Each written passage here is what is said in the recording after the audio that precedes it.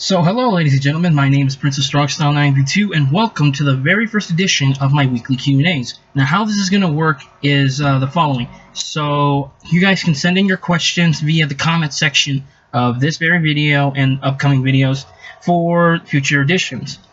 However, I'm going to be limiting the questions to, I was originally going to do 5, but I'm now going to do 3 questions per person now, because as I was trying to record this, I started to realize that if I do 5 per person, then it might drag on a little bit, because I had to emphasize certain points about my answers without having to drag it on and on and on. So I'm going to keep it down to 3 questions, and the Q&As are going to come out every Saturday, because those are really the main days of the week when I'm available to doing these type of projects.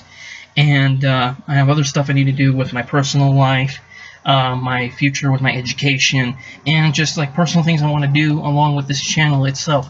So thank you everybody for sending in your questions. There was only 5 people that sent in questions, but hopefully if this first edition goes well, then I'll get more of a response for future episodes. Although I'm obviously not going to get like the best response, because certain people may not be available. But as I said, you can send in your questions in the comments section below, and let me know. Do you like the idea? Do you not like the idea? Do you agree with me? Do you disagree with me?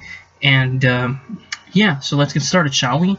And the first set of questions we're going to start off with is the person that I was inspired to do this series by, and that was Art Carter. And the reason why I state that is because Art Carter every Friday releases a new weekly Q&A video, and you can send in questions to him in the comment section of his most recent Q&A videos, and he will answer them in the following week for Friday. And I decided to do Saturday, as I said, but let's get past that and we go up to Art Carter's questions. Thank you for sending in your questions, sir, and I definitely was inspired by you, man. So let's get to them.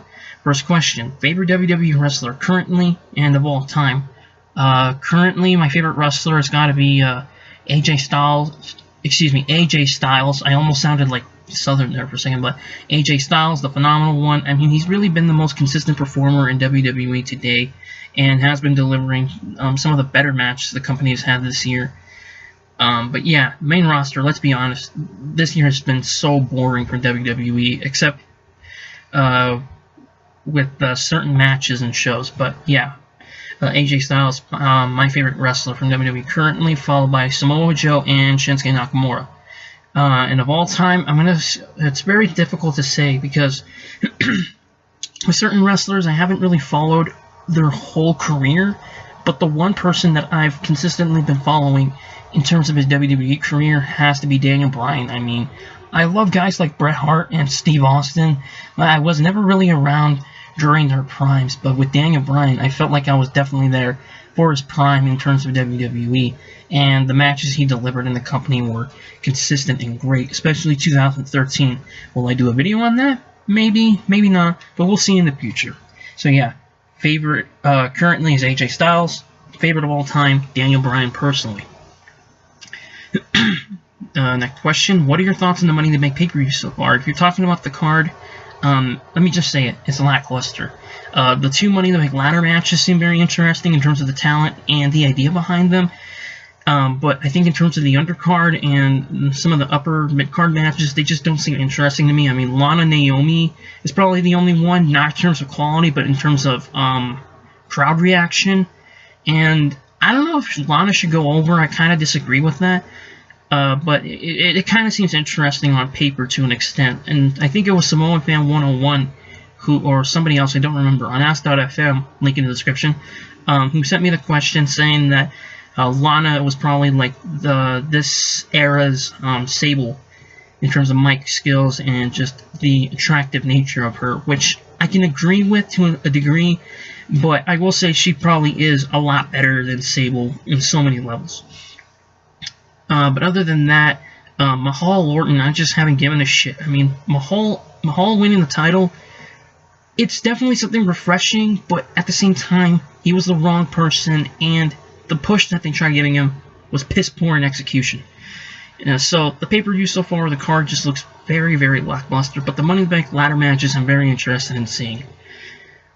Favorite type of music. I don't really have a favorite genre. Everybody in my personal life kept asking me this question, and I don't really have a favorite type of music or a favorite genre. I really like rock and roll, in all honesty. Other than that, I don't really listen to anything like rap or hip hop or even country. I mean, let's be honest. Some of us in certain parts of the country just hate the country style of music, but I enjoy some good rock and roll here and there. But other than that, really, there isn't much of genre music. I really mainly listen to songs from like TV shows and movie soundtracks and scores.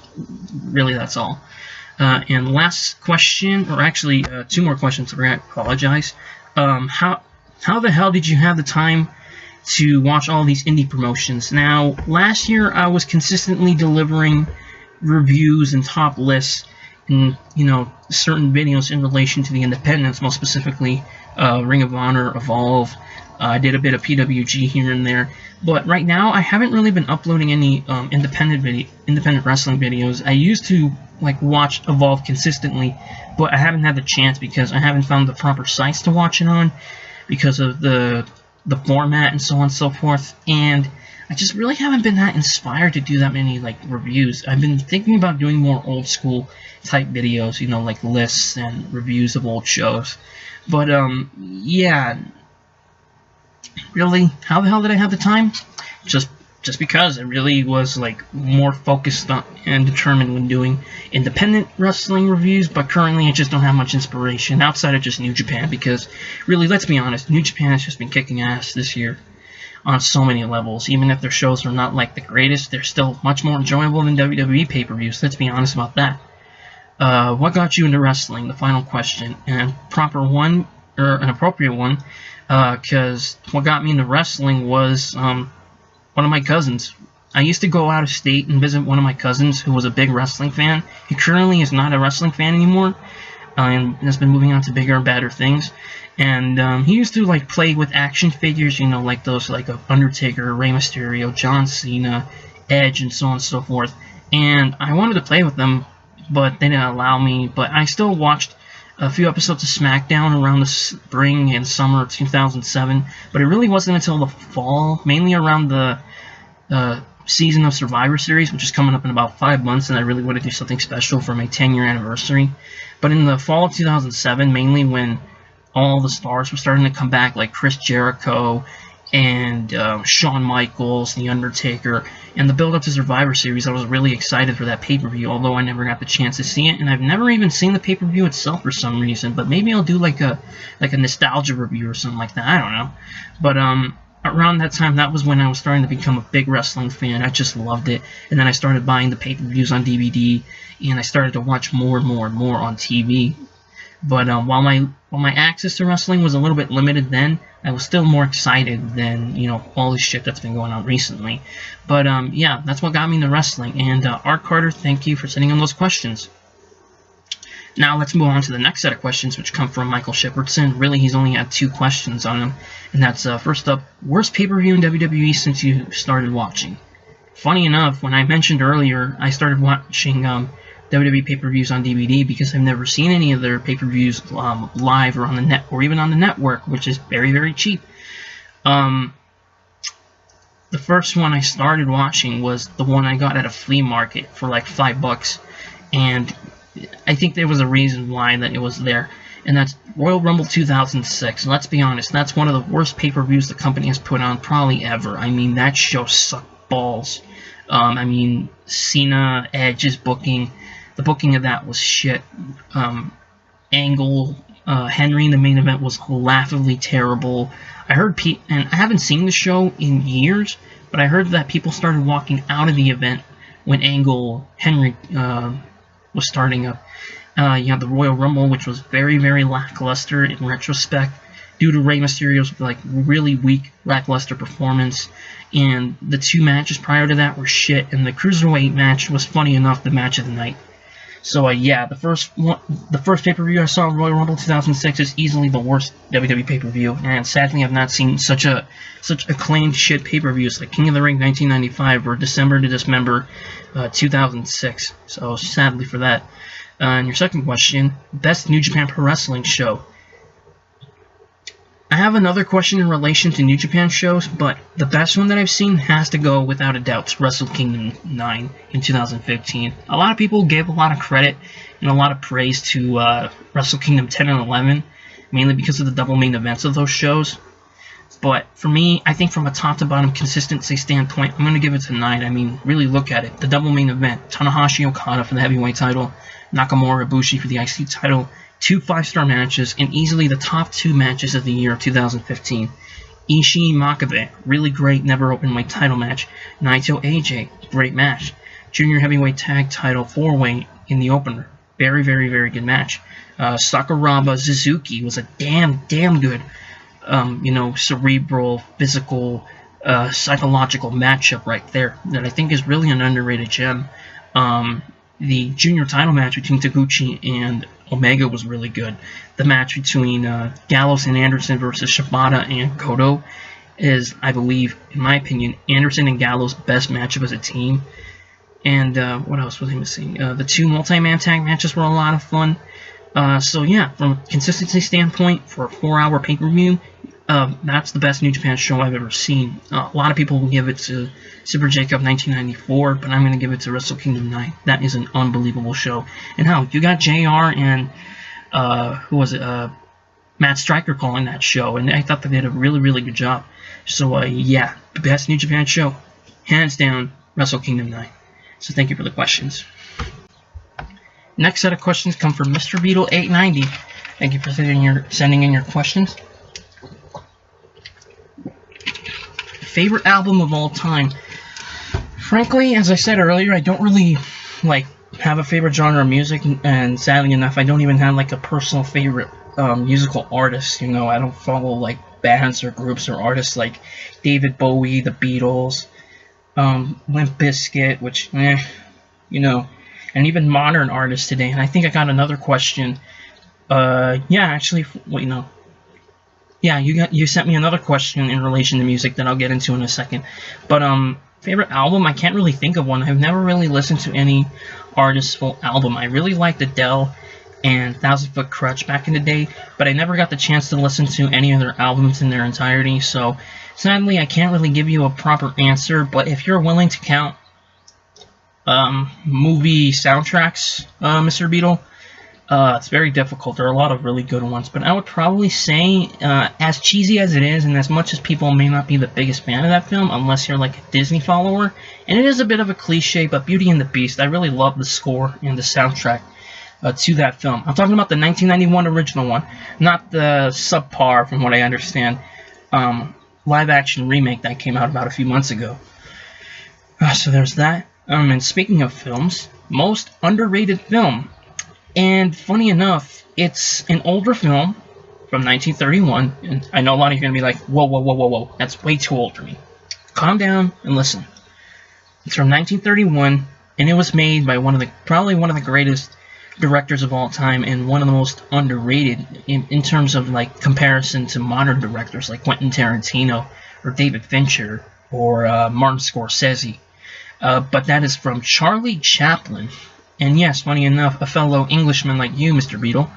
And that is, in my opinion, not only my favorite of his, but I think it's also his best film, City Lights from 1931. It is one of my all-time favorite romantic comedies. It's just phenomenal. I mean, it has a great balance of drama and humor, and it has the great balance of comedy and romance. And I absolutely love the relationship and romance between the characters of the tramp, played by Chaplin, and the blind flower girl. And although it's a silent film with the dialogue on the screen, those type of films, it's just so beautiful to watch, and I freaking loved it. And the ending scene solidified it. If you haven't seen it, check it out. It's just an amazing film, and I think not a lot of people really talk about it as one of the better films of all time, arguably. A lot of people give credit to films like Pulp Fiction and Seven and all those great classic films from the 90s or even the 80s or even the 60s. But yeah, I love City Lights. That's just a beautiful film. And I love Chaplin's other films like The Kid, Modern Times, The Great Dictator, and The Gold Rush. Those films are really great. But for me, my favorite, and one that I think is really underrated, is City Lights. If you haven't seen it, check it out. It's really, really great. And I referenced this question earlier, but do you enjoy any current music artists? No. in simple reason because I don't listen to it. I'm kind of like one other person that I know on here that is just not been really in touch with current modern music, because not all of it is terrible, I admit that, but there has not been much hype behind certain artists. Like, you know, like back, you would hear about like nostalgic artists, you know, artists and from back in the day, you know, like Michael Jackson or the Beatles and all these big time, you know, musical artists, stars and all that. But really, there's not even really any that I have any interest in terms of their music or even their personality. There's not really personally, because I haven't been following that much. So, no, I don't really. Apologize for that. Do you own any wrestling t-shirts? Currently, I don't, but I used to own this really sweet, long sleeve Hardy Boys t-shirt, which had the picture of the Hardys in the front, and it had the logo, and I believe it was a glow-in-the-dark neon one. It was a pretty badass shirt. And along with that actually came like this really sweet beanie that had their logo on it, and it glue in the dark as well. That was pretty badass. But currently I don't own any t-shirts. Apologies for that. And your last question, can you play any instruments, or which instrument do you know, or excuse me, or which instrument do you wish you could play? No, I can't play any instruments, although I did play the clarinet, funny enough, in 3rd grade. So that was about 10 years ago almost, wow. But no, I don't really, or no, it was 4th grade, so it was about 8 or 9 years ago almost, so wow. Jesus Christ, I'm 18 years old, and I'm feeling really old, but I used to play the clarinet, but I don't really play any instruments right now. But if I would love to learn how to play one, I would say the piano or the guitar. It doesn't really matter which kind it is, but I would love to play one of those 2 instruments. They're really just instruments that I can connect with for some reason. But yeah, thank you for those questions. Next set of questions come from Lundrick. What is your favorite color of owl? Favorite color of owl? You son of a bitch. Just kidding. But it's an ongoing joke, and I'll explain it in like a future time, because I don't want to drag on this video as long as it is at 17 minutes. But favorite color of owl? I'd probably give it to white. You know, like, I really love the color of owl of white. I don't know why. Maybe it's because I grew up with Hedwig from the Harry Potter films. But yeah, I would probably give it to white. And if I have to pick an honorable mention, I would probably say gray with white. Something like that. So yeah. Question 2. Given that CJ Parker has gone on to be quite successful in New Japan, what WWE rejects would you like to see go to New Japan? There's really only 3 that I can think of. I know there's a lot more guys that have been rejected by WWE. Alongside CJ Parker, aka Juice Robinson, who had a great match with Naito. Definitely check it out. But the only 3 rejects I can think of, if you want to call them that, are the Mac, Johnny Mundo, and Jack Swagger.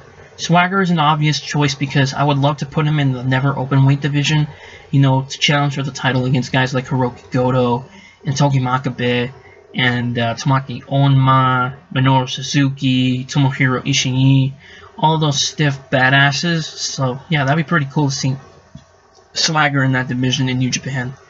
But hopefully they would allow him to actually deliver, and I really think he could. The second one I said was Mundo, mainly because he would fit pretty well in the Bullet Club, but I think maybe he's probably going to have too much of a similar personality and charisma to like Marty Scurll and the rest of the crew, and would probably need a way to differentiate himself from everybody else. But I think he could do pretty well in the Bullet Club as like either an individual, you know, for either the Never title or the IC title or even the tag titles, heavyweight or junior, doesn't matter. What was I going to say? So probably there I would say for Mundo.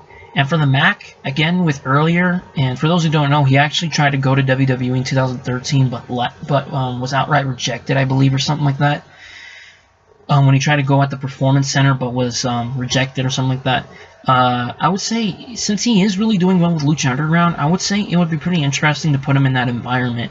And obviously, he's going to be an improvement, a much bigger improvement than what New Japan fans got with Bob Sapp years ago. So Yeah, that'd be pretty interesting to put the Mac in there for either the Never title or even the IC title. I don't see him as the heavyweight champion, but I think the IC title could definitely be a perfect, high point in his run if he was able to go to New Japan. And your third question, with the Cruiserweight division, would you like to see Rey Mysterio return to WWE to face Neville? Absolutely. Obviously, it's not going to be like the high-flying Cruiserweight spot fest, crazy, unbelievable type matches that we would see in like the 90s, him and Psychosis, Rey and Guerrero, Rey and Juventud Guerrera, those type of matches. But I think in terms of the standard that Neville has been trying to set for the Cruiserweight division of today, he definitely could fit in there. I mean, he had a great match with Prince Puma, and shows that despite knee injuries over the years, he still got something. So Rey would definitely be a great choice to face Neville for the Cruiserweight title. And although I don't see him winning the title, it would be pretty nice if he would hold the title as like a nostalgic act, kind of like, although I'm not on the same level, but kind of like what Hulk Hogan did in 2002 for the Undisputed title. So that would be pretty cool to see. Just him trying to establish the credibility of the younger guys, although some people are going to bitch about it. But either way, I would just love personally for Rey Mysterio to return and have one last run in the company. Whether or not it's in the main event, it doesn't really matter. So thank you for your questions, Lundrick. And the last set of questions goes to the greatest of all time, Chris Jericho, the greatest of all time. Thank you for your questions. Favorite Lucha Underground episode. Now, I recently just saw the recent episode that I actually put a review up earlier this afternoon. Although I really like that episode, it's a great episode. For me, my personal favorite would probably be the May the 4th, 2016 episode, Season 2, Episode 15, the No Mas, the one with the Sexy Star Mariposa No Mas match. That was an excellent matchup, and not only do I love it for that match, but it's my favorite episode because of you had the Aztec medallions being put on the line for matches throughout the night. I believe it was Tejano versus Daga, I believe, and that was a pretty decent match. You had Cage and I believe Mascarita Sagrada, which was very entertaining, and then you had Chavo coming in and stealing the medallion with Cage, which would set up that Cage Chavo Guerrero matchup down the line. And you also have the continuation of the conflict between King Cuerno and Catrina, which would lead to Mil Muertes versus King Cuerno at Ultima Lucha 2. So yeah. Favorite New Japan Pro Wrestling show. I already stated the best one, which is Wrestle Kingdom 9.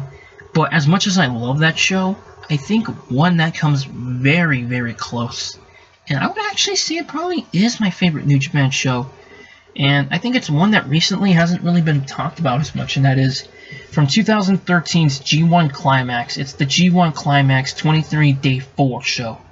That show is, and pardon my language here for those of you younger viewers, is fucking unbelievable. That show is incredible from top to bottom.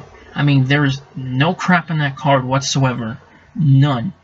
The whole night, you had an amazing, unbelievable crowd from the Osaka audience. I mean, that was amazing already enough. I mean, Osaka, for that show to take place in, and I believe the show was so good that it actually won, I believe, the best show of the year from the Wrestling Observer Newsletter Awards. I mean, it's so good. I mean, look at the card, and if you guys look up my review, which I'll probably post the link to on the screen, it shows you how good that show is. I mean, you had the near 5-star classic that was under 10 minutes between Katsuyori Shibata and Tomohiro Ishii. You had an amazing match with Kota Ibushi and Shinsuke Nakamura, the one before the Wrestle Kingdom 9 match. You had a really great match between Naito and Minoru Suzuki. You had two great matches, first with Devitt versus Tanahashi. That was a lot of fun.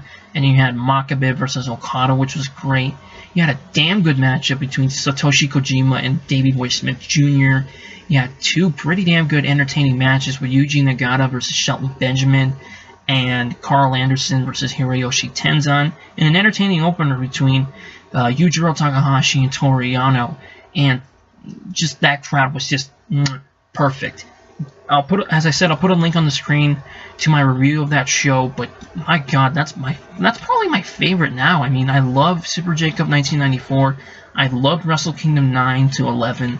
I love some of New Japan's other shows, including some of the G1 shows. But I think in terms of just consistency and just the pure energy of a show, that's got to be my favorite, probably. A freaking incredible show. Favorite WWE show, WrestleMania 17. It's not even a question. 10 out of 10, top to bottom, perfect show. With Austin rocking the main event with a shocking ending. Great match between, great brawl between Taker and Triple H. TLC 2, that speaks itself right there. Excellent match between Benoit and Angle. You had some other really entertaining matches like Guerrero and Test, and the three-way hardcore match. You have an awesome, entertaining matchup between Shane McMahon and Vince McMahon in the street fight. You had the really hilarious yet very amusing gimmick battle royal that saw the returns of Bobby Heenan and Jim Cornette, which was really awesome to see. Jericho Regal was entertaining in the opener.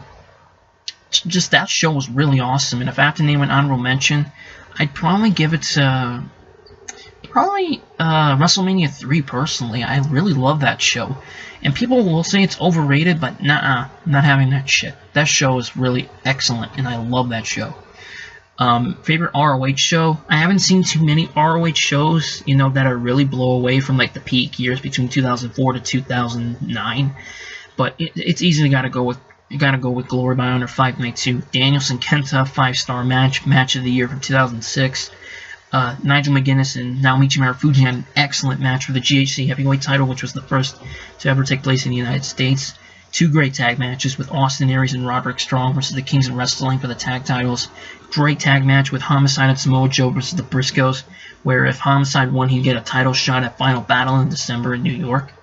You had a really entertaining opener between Davey Richards and Jack Evans. A damn good, really entertaining storytelling matchup with Jimmy Jacobs versus Christopher Daniels versus Colt Cabana. And then Adam Pearce versus Delirious was actually pretty entertaining for the most part. So yeah, that was an excellent show from top to bottom. I have seen Death Before Dishonor 8, but I haven't seen it in a long time. But that show is really awesome as well. So yeah, favorite ROH show.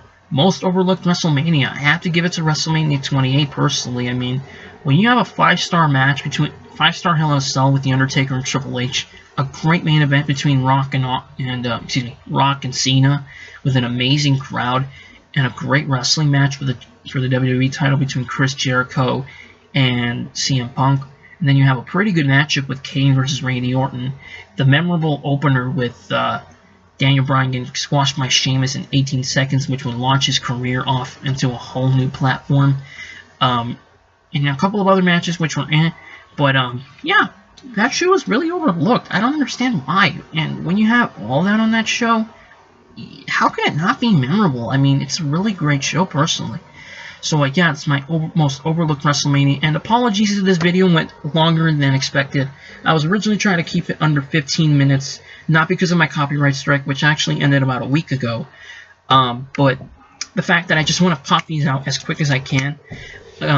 You know the drill, but yeah, hopefully this went pretty well, and I really enjoyed a lot of your guys' questions. Some of them were unique, such as you Lundrick, you sneaky little bastard, and some really interesting questions about music and my personal favorite shows in wrestling. So yeah, send in your questions, guys, but for next time and in the future, I'm going to keep the questions limited down to 3 per person, and I'm going to keep the videos under 15 minutes, hopefully, and so yeah, I really enjoyed this. This was a lot of fun. There was a lot of really interesting questions, and hopefully you guys enjoyed. And let me know in the comment section below, did you like it? Did you dislike it? Did you think that it was a success and that I should do more of these? Or do you think I should tone it down and limit it to just a certain amount of time or a certain amount of questions and yada yada? Just let me know. Like, comment, subscribe, all that good shit. And don't forget to click that sumbitch notification bell for when I upload a new video. That would be very helpful. And until the next video, guys, peace.